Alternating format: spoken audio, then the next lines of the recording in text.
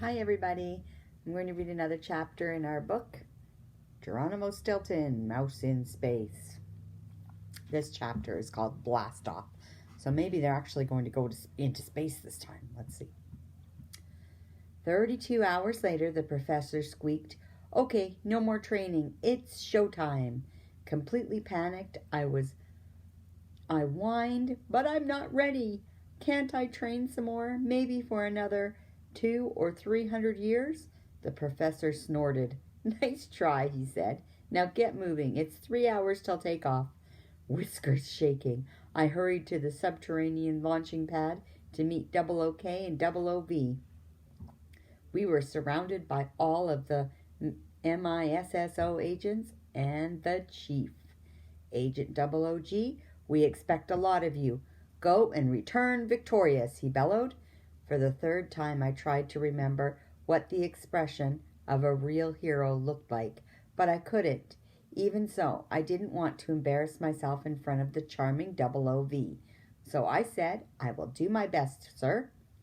I boarded Rotolo 16, took my seat, and buckled my seatbelt. There they are with their astronaut suits on. While the experts were finishing the last check before takeoff, I tried to remain calm. "This is nothing," I told myself. "It's just like riding in an amusement park. Too bad I hate amusement parks." After 1 hour, my head was pounding from the stress.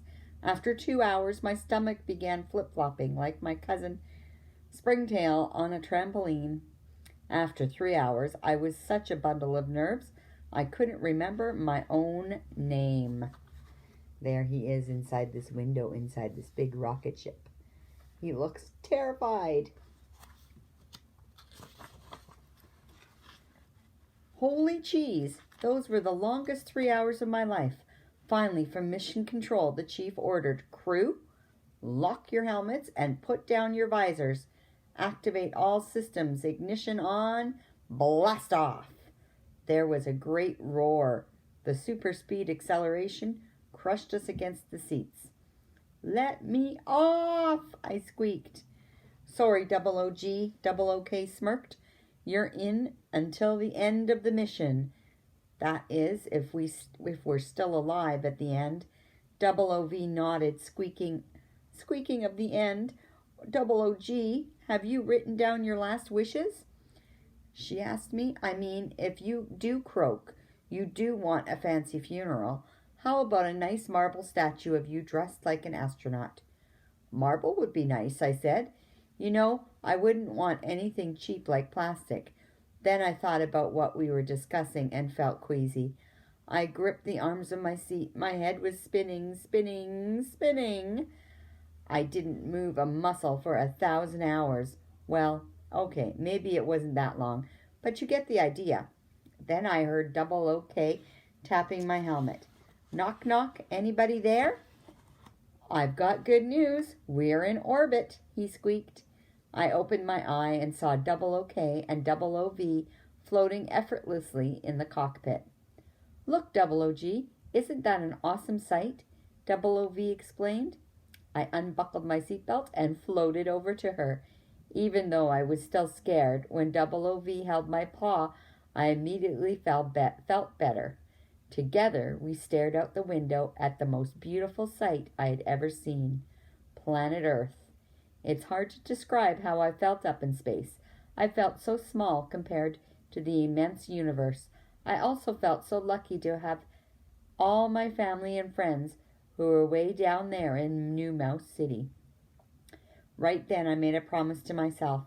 I would try my best not to be a scaredy mouse and to help with the mission.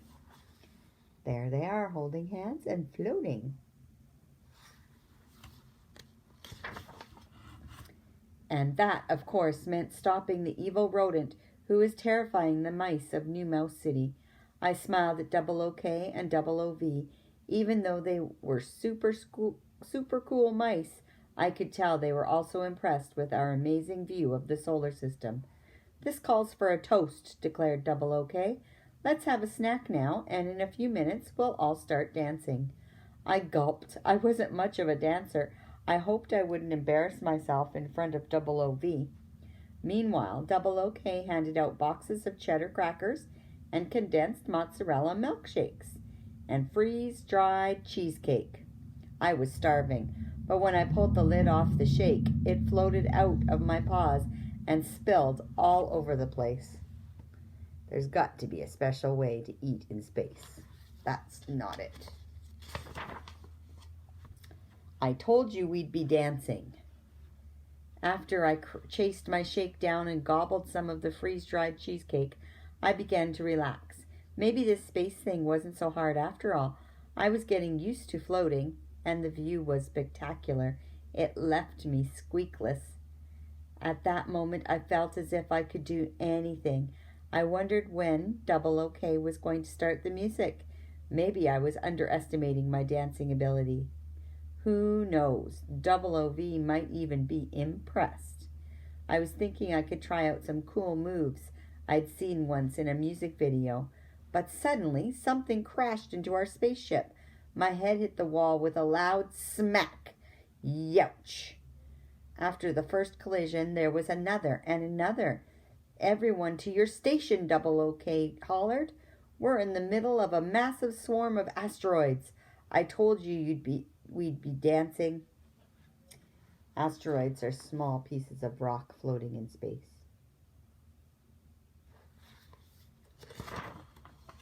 Yikes, what a dance. We were bounced around the ship like ping pong balls. As soon as we could reach our seats, we buckled our seatbelts and tried to make contact with MISSO, Secret Headquarters. Ratatolo 16 here. Ratatolo 16 calling Earth. Do you read me? Over. But the only thing we heard was, "This is Earth. Bzz, bzz, danger. Bzz, over. Bzz." We didn't understand a thing. Well, anything except the word danger. After that, the signal went dead. I was so scared my teeth were chattering up a storm, and for the first time since I knew him, even Double OK looked worried. Communication has been interrupted, he said. The transmission went bad. From now on, we won't be able to receive instructions from the base. I chewed my whiskers.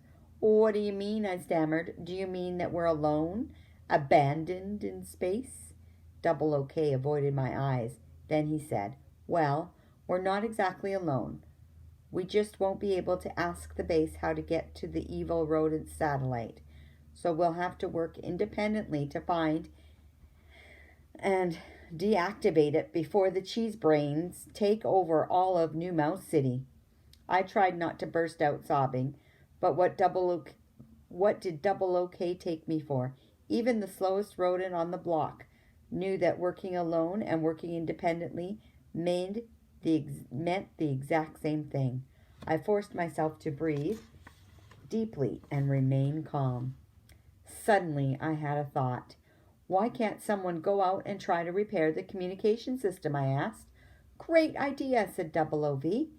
You could go out and repair it while Double OK and I manually pilot the ship. Immediately, my paws began shaking. When I said someone could repair the system, I hadn't been squeaking about yours truly. And what could I do? The entire fate of New Mouse City was in my paws. Before I could talk myself out of it, I put on my spaceship, grabbed some tools, and floated off into deep space to fix the damaged antenna. Only a safety cable kept me tied to the ship. From outside, Double OK gave me directions. A little higher, more to the right, a little to the left. That's it, you got it. Just remember to move slowly, and whatever you do, don't unhook the cable from the ship. If you do, you'll be lost in space forever. Lost in space. I tried not to think about it. Instead, I concentrated on the antenna. I could already see the mechanical arm that directed it was dented. It didn't seem too hard to fix. I'd just hit it with a hammer and be on my way.